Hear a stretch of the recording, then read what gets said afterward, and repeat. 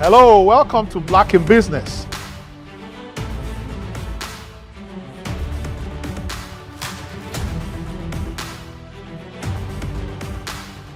I do not have the luxury of failure. I think one of the things that we're very passionate about is impacting the community. I knew that there was a need for me to move on to bigger and better, but also to put me in a position where I can make decisions for our people. Join me for this episode. I'm sure you will be very entertained and educated. Today, we will be exploring the business of cannabis. We're at the premises of a company called Kronic Relief, one of the few or a handful of Black-owned cannabis licensed businesses in North America.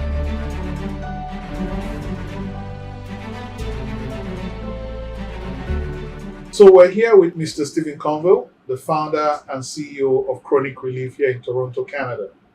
Welcome to Black in Business, Stephen. Oh, thank you for having me. It's a real honor and a privilege.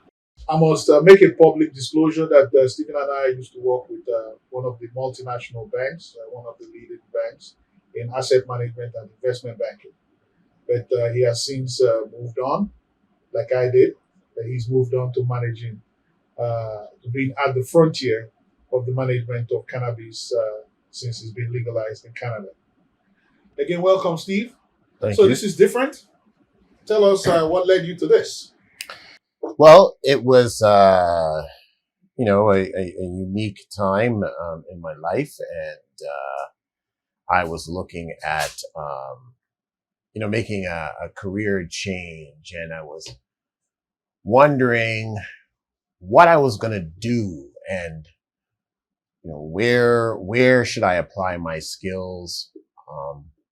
I thought to myself, I don't really want to be working for somebody else anymore. I just kind of had it with bosses and the whole system. And I said, okay, I need to work for myself. And I had a bit of funds saved. So I was kind of thinking to myself, what would this be? And I was doing a consulting gig, and I was kind of thinking to myself, what should I do? And, my phone kept going off, and, I was talking discreetly, but someone in the office was overhearing my voice and some of the conversations. And I was still doing celebrity consulting, athlete management, that type of stuff. So some of the names that were being overheard caught the gentleman in the office attention, and he approached me sheepishly at the end of the day, and he said, "Hey, with your contacts, I think you could do quite well in cannabis." I turned my face and I said, "Isn't cannabis illegal?" And he said, No. Cannabis has been legal in Canada since this particular date. There are licenses for medical marijuana, and every citizen has the right to their medicine. And if you're prescribed a prescription to consume marijuana, you can grow it, or you can have someone grow it on your behalf. And I said, I don't believe you. So I called Health Canada, and they confirmed exactly what the gentleman had told me. And then he said, a couple of friends of mine have medical licenses, and would you be interested in seeing where they grow? So I said, sure. I was awestruck with how beautiful these plants are. And I'm in this place, and I'm overwhelmed with the aroma of cannabis, and I loved it. Are you surprised that he became the CEO of and one of the handful of Black cannabis CEOs in North America, given your relationship with him and how much you know of him? Yes and no.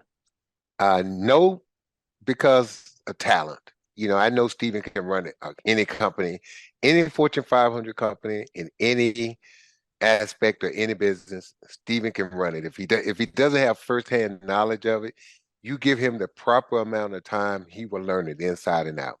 I really believe, look, Stephen is acutely aware of color and the limitations that sometimes that comes with it. But he's also a person that I would say, you know, Stephen and I are alike in a lot of ways. We understand the limitations of color, but we don't let it define us.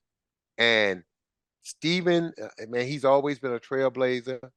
He's always been a person with unbelievable confidence in himself and his ability to learn. And that's the thing that I respect the most about him. It's not that he's a smart guy. There's a lot of smart people. But the thing about Stephen, I think that separates him is if he doesn't know something, he doesn't have a problem going outside of his comfort zone and finding that information or bringing along someone who knows it better. And he's not afraid to roll up his sleeves and learn a business firsthand. So he's smart, and there's a lot of smart people, but he's willing to do the extra to make sure things are going to have the best chance to be successful. Yeah, so coming back to when you guys met, how and when and how did you guys meet? I know it probably was you were the Raptors coach for quite a few years here in Toronto in the early mid 2000s. Yeah, when I became the coach, Stephen was a season ticket holder, but also he ran a brokerage house. Yes. And he was one of the first minorities to lead a brokerage firm in Canada. And I met him as a season ticket holder, and then he did some sponsorship things with the Raptors, and I met him on those occasions on social events, and then we just kind of clicked, and we had a lot of same mentality, a lot of likes and dislikes, and we started struck up a friendship. Then we became golfing buddies, and then after that, it's just someone that as I got to know him, my respect and admiration just grew.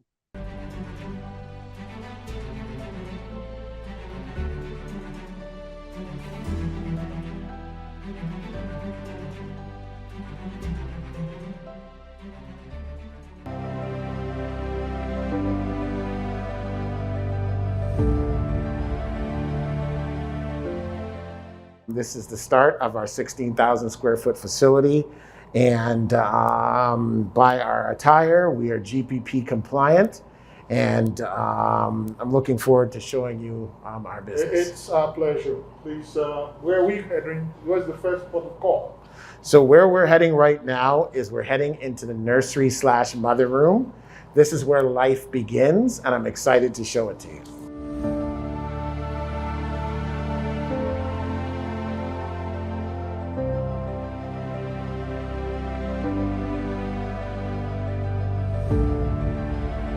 Yes, so this is where life begins. So where we are right now is we're in the nursery and the mother room, as I mentioned it before.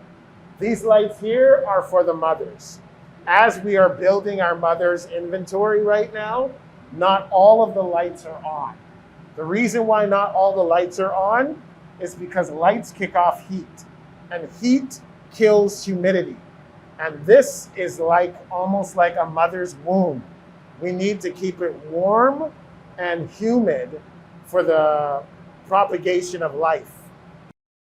We're in the pre-veg now, and as I said, there's up to 8 rooms of crops in here. Right now, just by a visual, I would say we're approximately 75 to 80% full. I am not a person that consumed cannabis, alcohol. I pretty much just drink water, and I know that. so I wouldn't have So known. that's why I'm asking you, how did you go get to? I wouldn't have known a rose bush from a cannabis plant, to be honest. You're talking about a guy that I've been knowing Stephen, oh my God, since my first year as the Raptors coach, and he's become one of my closest friends and a person that I trust without a doubt. He don't smoke, nor does he drink. He's never smoked, nor has he ever drank. And I mean, he doesn't break that for anyone. And so I've been around Stephen in all different occasions. and circumstances where you think we're celebrating and it was a big occasion and you think he would let his guard down and take a sip? No.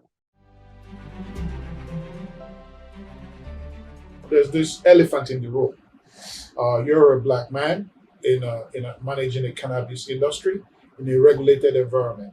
Now, historically, black people have been incarcerated at a large scale because of the consumption and cultivation of cannabis when it was illegal, when it was conveniently illegal. Now, coming into this business, you come to it with a sense of doing right by your people, given the history of how we've been treated for the possession and cultivation of cannabis. As a comment to the laws, I think it's just straight BS. Tacitly in the white community for the last, I would say, 10 to maybe 15 years, it's basically been legal to smoke cannabis. So if the police were to stop a young white person in, certain neighborhoods, or an old white person in certain neighborhoods, for that being the case, they would have been given citations, tickets, warnings, or might have even just said, hey, cut it out or keep it in your house. Whereas,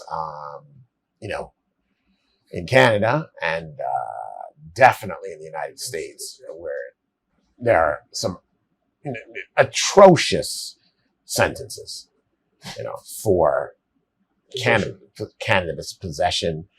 The capital outlay for a cannabis company is unbelievable. So the barriers to entry are extremely high. And that is why, even in Jamaica, the number of Black-owned cannabis companies are very, very small. So I believe, where possible, myself as a Black CEO has to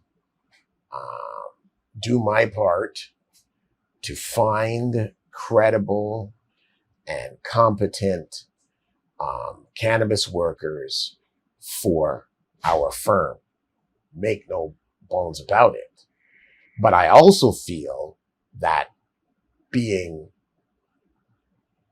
if not the only full LP that is majority Black owned in Canada, but I believe that I also have a responsibility to survive.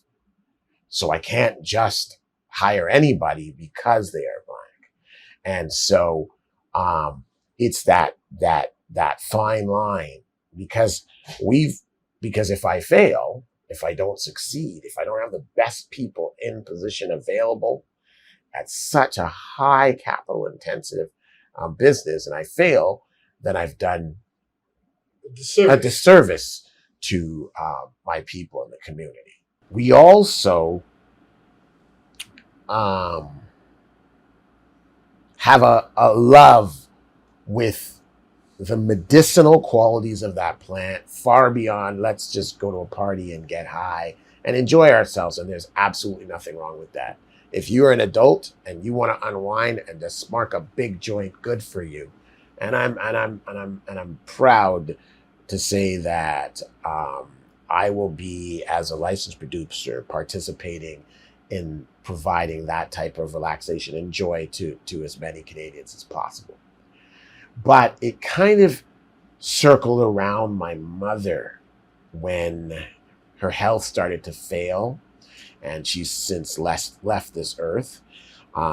She was my best friend, and if I could say this, if I was able to emancipate myself earlier from the cultural chains that denied me my voice when addressing specifically my mother and father, not my mom who was sick, right? But that was my mother and my father. I have raised my voice a couple times in my almost 50 years, but that's few and far between. And so, you know, as my mom was suffering, I had so many tools available to me that could help her. And it wasn't until like her last year that I started to find my voice and say, hey, you know, this cream could really, really help your pain. These drinks, this tea could really, really help your nausea. Oh my gosh, you're taking all of these opioids and for pain, and you know, it's just a cycle of stupidity. And opioids do have a use. It's important to note that dependency issues. But what the mass utilization of opioids is a disaster. So you guys have both a personal and business relationship, I'm assuming. So how does that work? You know, is he someone that you're comfortable with in terms of both your personal and business relationship with him, if at all you have a business relationship? Yes. You know, sometimes it's not smart to intertwine business and friendship, but this is what I felt like. Stephen Conville has been not only my friend, but he's been in my corner, a supporter of mine, doing the good, the bad, the ugly, whatever. He's never wavered in his friendship when it comes to me. Second, he's given me some tough love. He's told me when he's thought I'll make a mistake going down the wrong road. And that's hard to do when you're friends with someone, you know, because you always risk that person getting angry with you and walking away or putting that strain on a relationship. But if you really are friends and true friends, then you get through those things. And we've come through a lot of different things. And at the end of the day, I know a couple of things. When I decided to invest my money, it wasn't just in Steven's idea, it was in him. I invested in him. Yes, the business foundation is sound, the business is sound. But to me, you don't just, if you can have a great business, but if you got the wrong people in charge, it's not going to work. And vice versa. So you got to have both entities. And so I know this, if it doesn't work, it won't be because of anything dishonest. It won't be because that he didn't go to bed at night thinking about it and wake up in the morning thinking about it. He's going to put every ounce of himself in an honest and respectful and a dignified way to make this company as successful. And I believe in him.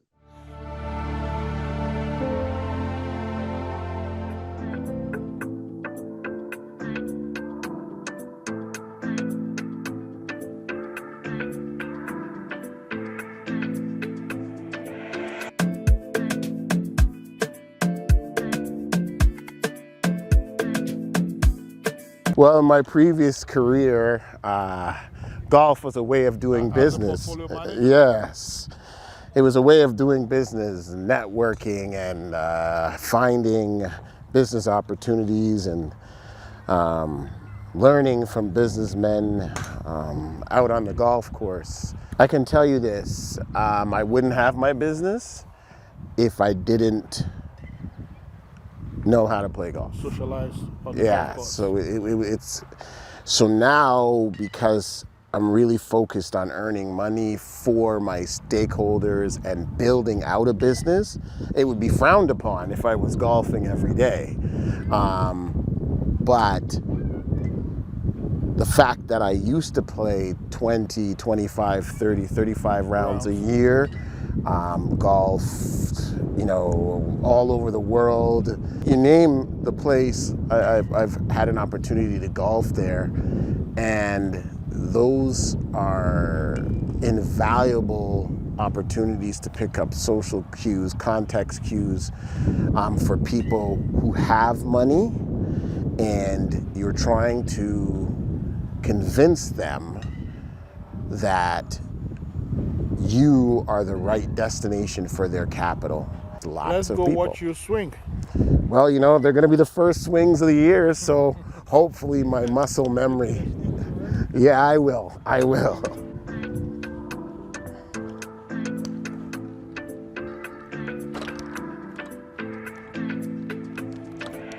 S-Bling on the track.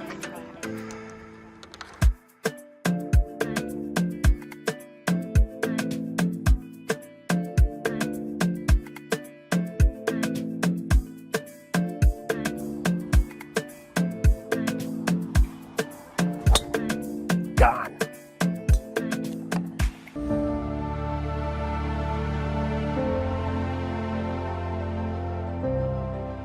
Now we're entering the main veg area. This is really important because this is the final staging of the plants before they go into flower. As we've learned before in the nursery and in the pre-veg, we can have up to 1 year and 2 weeks of crops. And only the best of the best will make it into our veg room so that we can get quality plants in flower for them to maximize revenue. So as we come down here, what you're gonna see is what's really important to me is we want to have like an even canopy. So what you're seeing is all of the plants virtually at the same height level. This is important so that the feed can be balanced.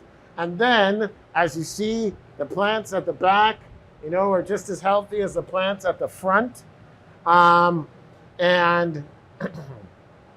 if you look here, this is where the bud is going to form. So that's what we love to see, is when these things are just so hearty and healthy. So what you'll see is the plants are happy because the leaves are praying upwards. They're saying, hello, I'm happy. They love the light and the nutrients. We've got a nice color of a light lime green, which I like. So, and if you see here, if you look in crystally, if you can zoom in, you're already seeing THC crystallines forming, and these buds are very young. We're just starting week 3, and already we've got crystals.